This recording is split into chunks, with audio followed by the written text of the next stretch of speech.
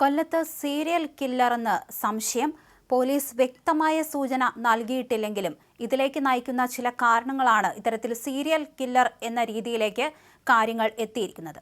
City police commissioner ഓഫീസിന് സമീപം വയോധികനെ കൊലപ്പെടുത്തിയ കേസിലാണ് ഇപ്പോൾ തമിഴ്നാട് സ്വദേശിയായ വിജു പിടിയിലായിരിക്കുന്നത്. ഇയാൾ തക്കലയാണ് താമസം.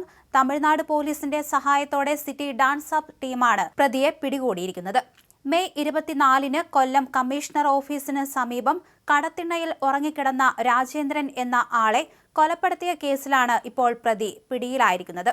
CCTV ദൃശ്യങ്ങൾ കേന്ദ്രീകരിച്ച് നടത്തിയ അന്വേഷണത്തിനൊടുവിലാണ് ഇയാൾ പിടിയിലായത്. ഏപ്രിൽ 19-ന് നടന്ന സമാനമായ മറ്റൊരു വയോധികന്റെ കൊലപാതകവുമായും ഇയാൾക്ക് ബന്ധമുണ്ട് എന്നാണ് പുറത്തുവരുന്ന റിപ്പോർട്ടുകൾ.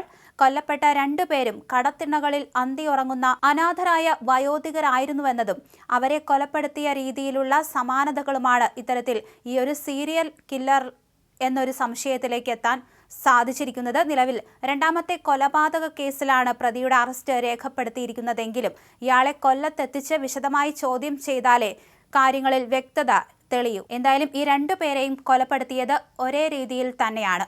ഇയാൾ മറ്റേതെങ്കിലും കൊലപാതക കേസുകളിൽ പ്രതിയാണോ എന്ന കാര്യങ്ങളിലടക്കം പോലീസിന് വ്യക്തത കിട്ടേണ്ടതുണ്ട്. അന്വേഷണം നടത്തിവരികയാണെന്ന് പോലീസ് അറിയിച്ചു.